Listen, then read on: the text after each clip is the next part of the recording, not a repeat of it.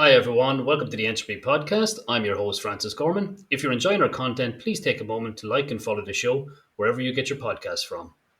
Today, I'm joined by Paul Tracey, the founder and CEO of Innovative Technologies, a leading cybersecurity firm based in upstate New York since 2012. He helps small and mid sized businesses strengthen their security, compliance, and IT resilience. Paul is also known for two Amazon best selling books, Cyberstorm and Compliance Made Easy. He's also a recognized thought leader, and it's fantastic to have him here with me today. Paul, how are you keeping?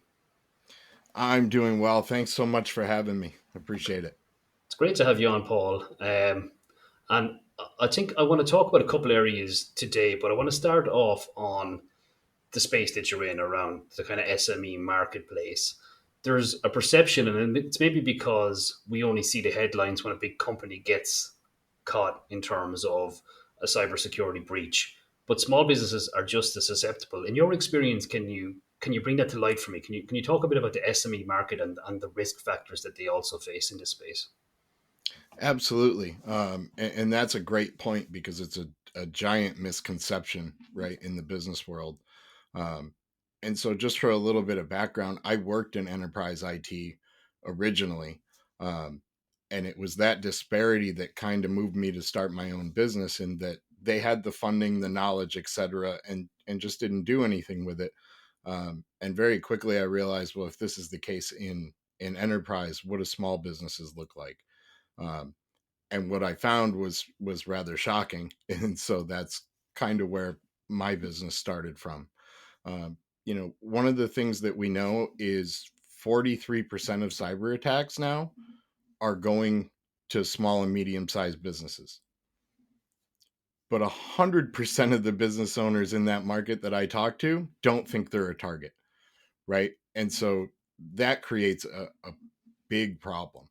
Um, and if you're a small business, the impact of an attack or an incident like that is much greater, in that your resources probably aren't as robust to be able to handle not only the incident but then the outcomes that follow that. um, and so it's really a big issue, right? If you don't understand the risk, then how can you possibly protect yourself against them? And Paul, what type of attacks are you seeing against SMEs? So is it invoice redirection fraud? Is it ransomware? Is it phishing attacks leading to compromise and exfiltration of data? Is it all of the above? What do you see mostly occurring in these spaces? I hate to use the term low hanging fruit, but that's really kind of what we have in small to medium sized business. So we're seeing all of the attacks. Um, Generally, what we know is small businesses don't necessarily have the security infrastructure. So phishing becomes the number one point of entry.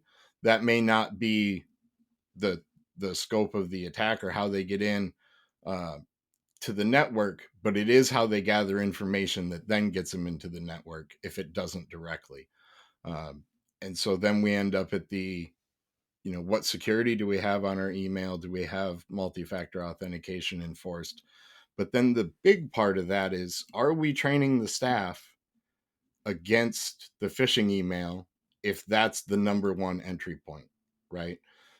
For small and medium businesses, 95% of their incidents started out as a phishing attack in an email, or potentially a fake website link, that type of thing. That is interesting, yeah. So the initial vector has been still the phishing email in the SMEs. I suppose you can fire and forget with them, and they don't necessarily have to be targeted attacks in that case.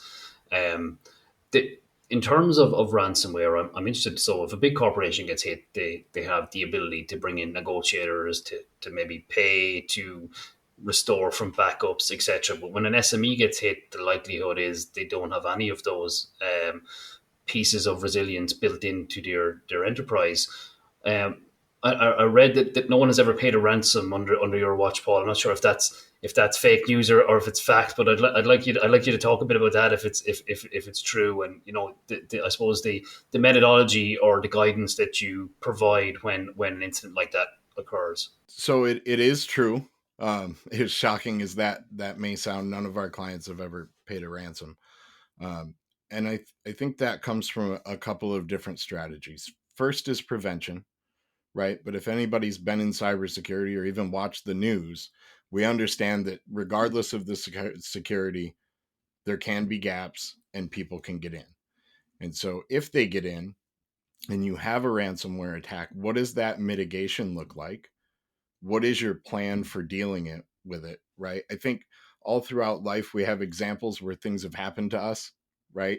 And we did or did not have a plan for that potentiality. And the outcomes when you have a plan are much greater in your favor than when you don't. And so immediate detection, right? How fast can we identify the threat and shut it down? If there is, we, you know, uh, someone gets into the network and is able to lock down equipment, the next step there is to make sure that they're not able to get to the backups, right? Because that's really the key when you see people paying the ransomware, is because they weren't able to restore from backup, meaning the hackers got in, encrypted the backups as well.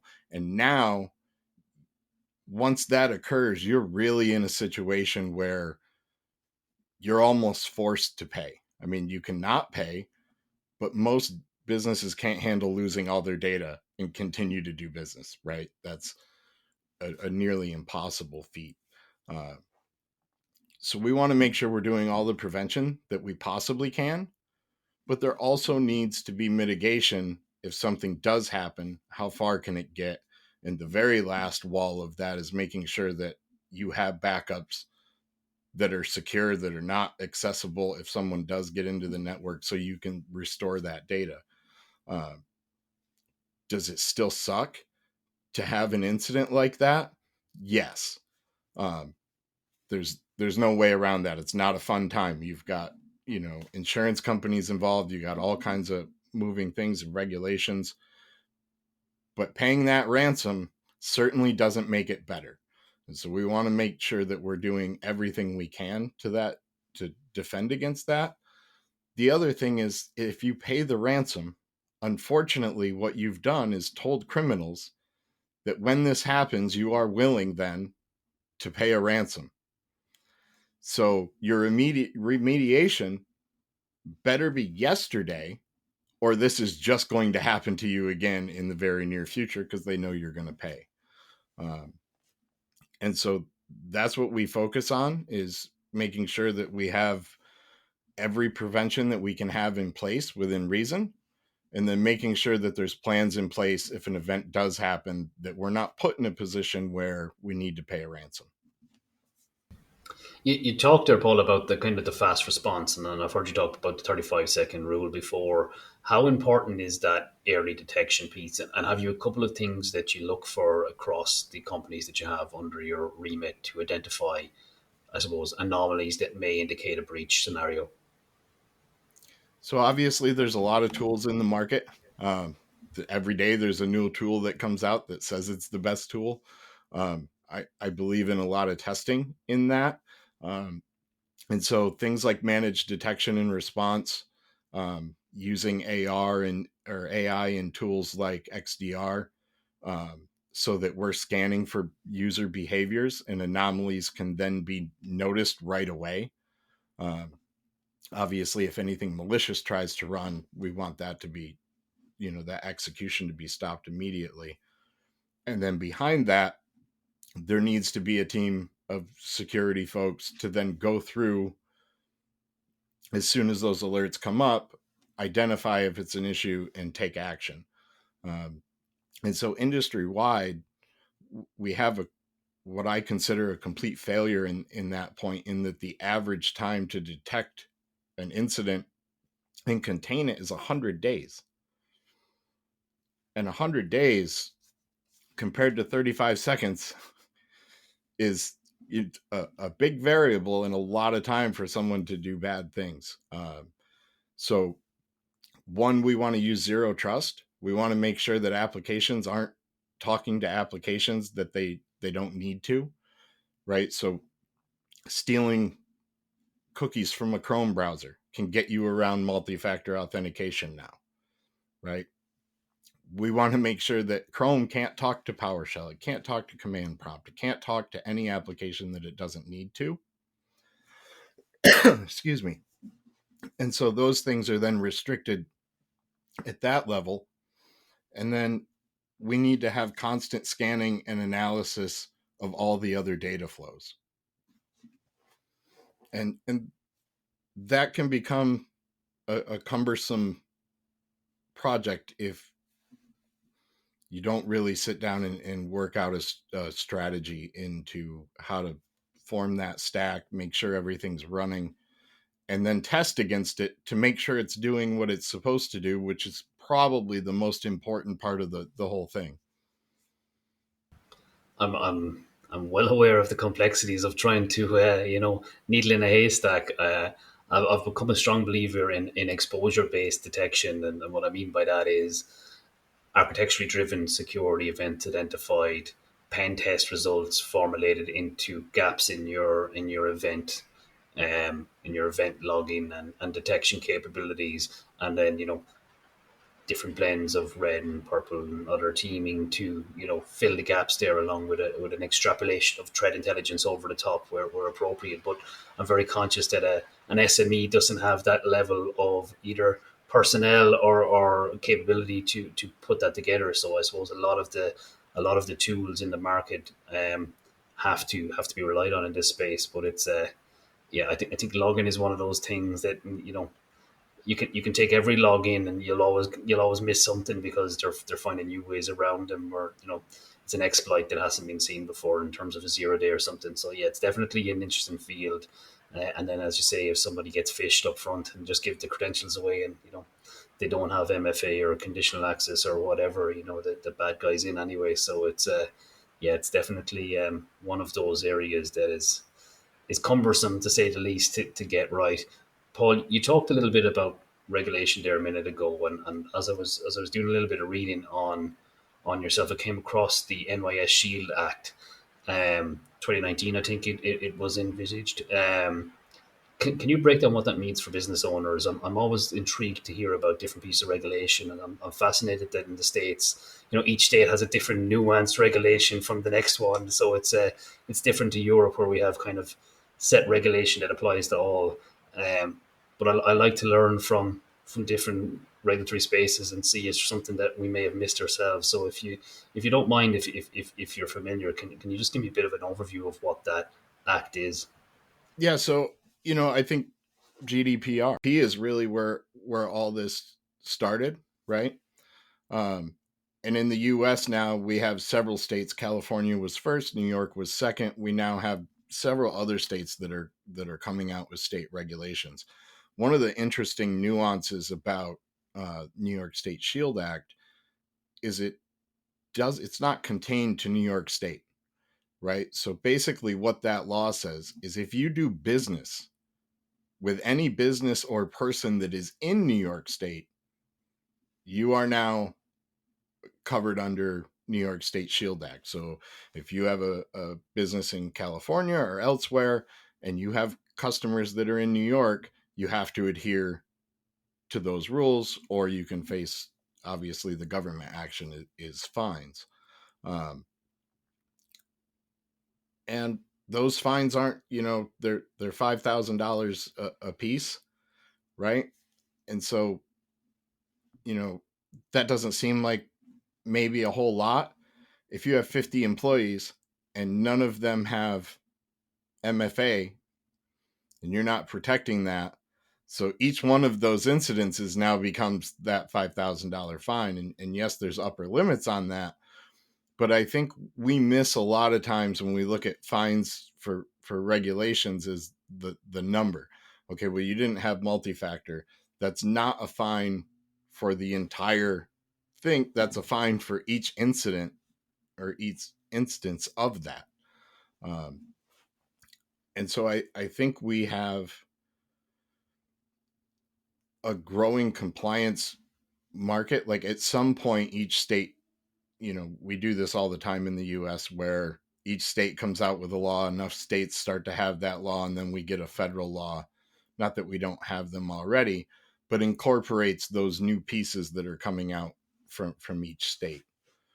And I think that, the big takeaway from Shield Act is that you don't have to be in the state. The law reaches outside of the state, um, as it pertains to business owners. The compound effect of each violation, I think, would scare the bejesus out of some companies in Europe if you brought that one in. We're used to a penalty for non-compliance, but not a penalty for non-compliance per user. That would be that would be a game changer, I suspect. Well, it But comes down to, like, there's a local government recently that just had a breach, um, and it come to find out a few weeks later that that's because they had employees that had left. Those accounts were left active. They didn't have MFA on them, right? And so, as much as those fines are steep, the compliance is actually there to help you, right? To protect your business.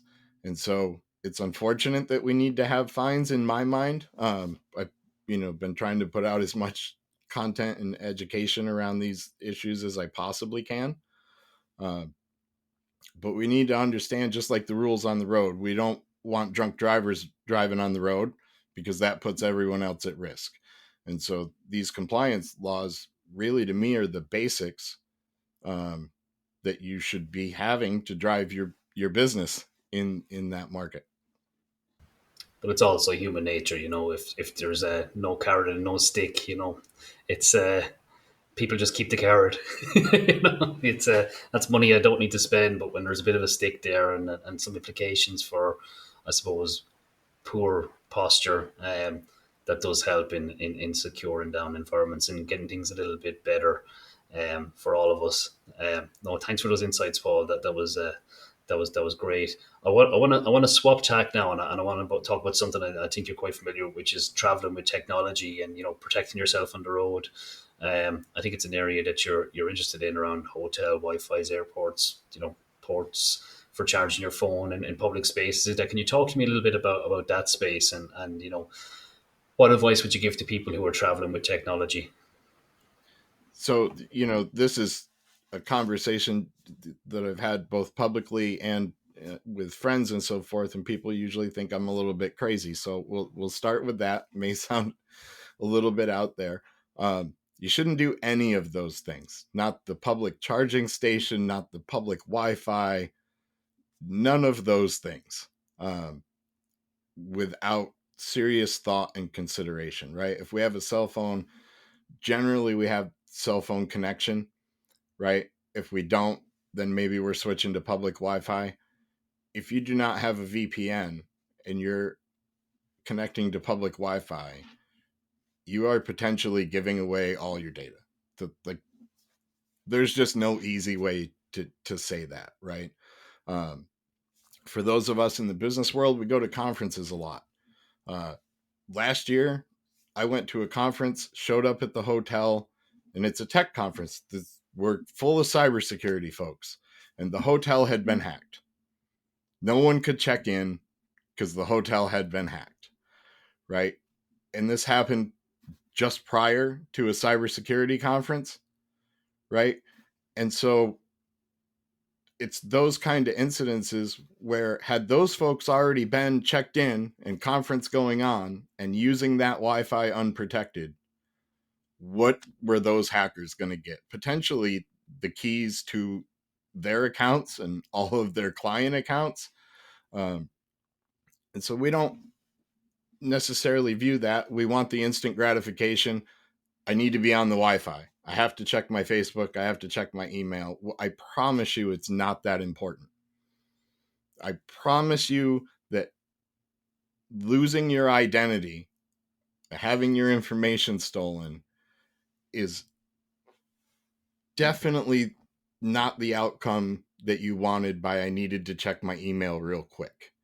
There likely wasn't anything important enough in your email to lose all your information and get your identity stolen and all the negatives that come after that. In terms of the airport, and using those little chargers, what I tell people all the time is bring your own charging block always. You can actually buy them now that where they don't transfer data, right? They just don't have that capability because it's very easy. So we look at things like the gas stations, right? They replace the keypad and then they're stealing your PIN number and so forth, and the card skimmers. It's just as easy to be in an airport where no one's watching those chargers and pop that out and pop in your own charger that's designed, has a script in there that just pulls the data from whatever it's plugged into. Um, and it sucks that we're in that world, but that is unfortunately the world that we live in. So if you don't have a VPN, no public Wi-Fi, I tell people when you leave the house, never have your Wi-Fi set to automatically connect. And that's something that a lot of folks do. But if there's a Wi-Fi out there without a password and you automatically connect to it, it was likely there for a reason. It's great for finding out who's hanging around your house, though. You know, There's I'd, there's just so many tools now, that are available. It used to be, back in the day, you had to have knowledge on how to create scripts and how to exploit things. And unfortunately, there's a lot of tools now that you can just purchase that do that for you, which expands to criminal element that did not have that capability, right? They can just go on the dark web, buy what they need, or in some cases, buy a flipper zero and do a little bit of coding there and create their own. I do have to say though, Flipper Zero is one of my favorite tools in the whole world. You know, It is such a fun tool. I don't disagree with that. Um, but like anything else, the tool is the tool. What you do with it depends on how we look at that usage, right? So Flipper Zero is a great tool. There's people that are going to misuse it, just like any other tool. So we just have to be aware. no, we sure do, Paul. And it kind of brings me then. What are your thoughts on the dangers of IoT devices? I have some particular dislikes to IoT and their lack of software updates and their poor security. But I'd like to get your perspective on the IoT market and the smart home devices that everybody seems to be ramming in, from either connected doorbells to lights to change color in their houses. Have you got any perspectives on the IoT world? I think IoT devices can be secured. I don't think they currently are, right? And especially in home use, you can lock down your home network. Don't believe that your ISP does it for you, regardless of what their marketing says. It's connected, it's secured. No, it's not. That's absolutely false. Um, we saw with Ring camera years ago that these things could be exploited. I definitely do not think there's been enough move in that industry to get those devices secured. So I was in an office the other day meeting with a client, and in the office next door, they have like 5 printers. All the Wi-Fi is on for the printers and open, right? And even the client said to me, I thought about messing with them and connecting and just printing out something that says you've been hacked. Um, and it's, yeah, that's because you're the nice neighbor. The hacker doesn't think that way. And what we don't realize a lot of times with the IoT devices is they have network cards in them.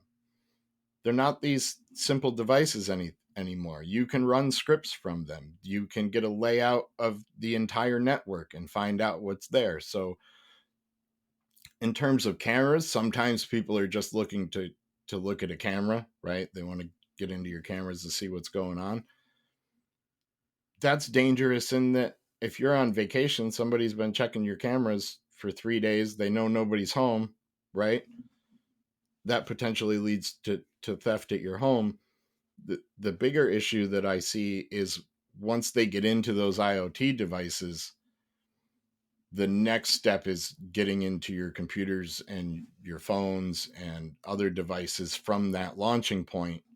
Um, and even if you detect on your computer, hey, you had a virus, this happened, and you stop it, if they have persistence on those IoT devices, they're not going away, right? And so we don't really have software solutions on those IoT devices, at least not to the degree that I think manufacturers should be installing them. And so that point of entry becomes the network. We've got to make sure that our home networks are locked down and we have some rules in place. Obviously, as soon as you get an IoT device, first thing you're going to do is change that default password. There's nothing easier for a criminal or a hacker to get in and say, we're just going to run the default password that we know goes to these cameras, right? If you haven't changed that, now they're in, they have admin, like you gave the farm away. And I can't tell you how many times I've run a pen test in an organization.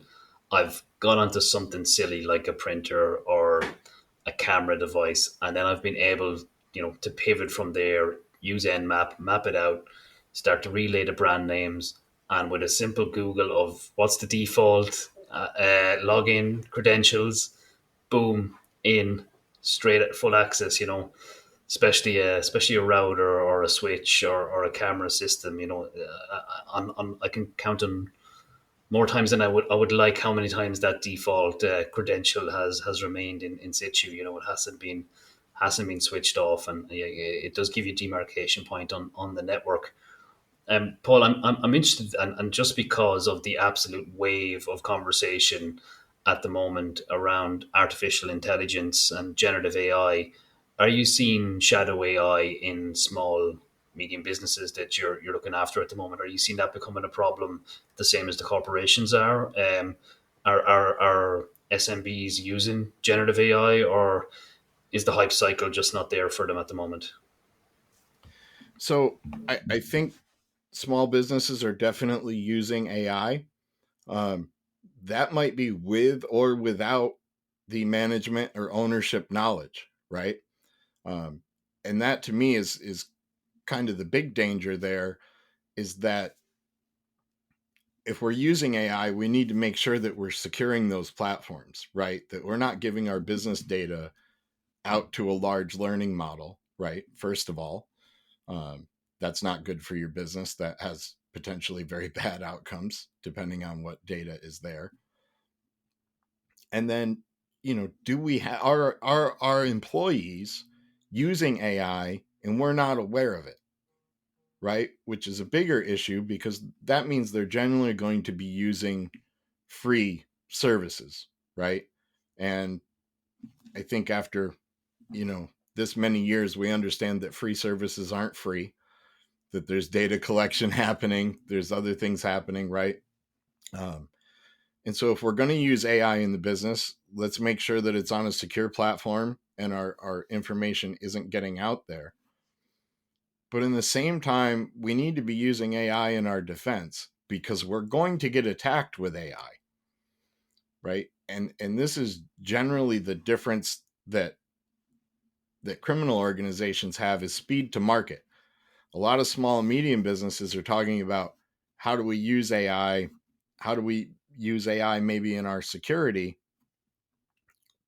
But they're already being attacked by AI. The reason why phishing emails have not only been good, the human error problem, but they're getting exponentially better because we don't have a lot of the same identifiers we used to have. You could look at a logo, you could look at the language in a phishing email and say something doesn't seem right. Um, Now that folks are using AI, they can literally go in and say, I am in New York. I want to use this vernacular from this area. That email, the logo is going to be AI generated to look like Microsoft or whoever else. That email is going to be exponentially more difficult for end users that already had trouble identifying phishing emails. Um, so if we're not using AI to look at those things, we have a big security gap here now where it's being used against us. We're not using it to defend. Um, and I know there's, people have a lot of opinions on AI. It's terrible. It's great. What we know about technology is it's here. And regardless of your opinion on it, it's not going anywhere. And criminals are going to use it. You need to have a plan on how you're going to use it and how you're going to defend against it.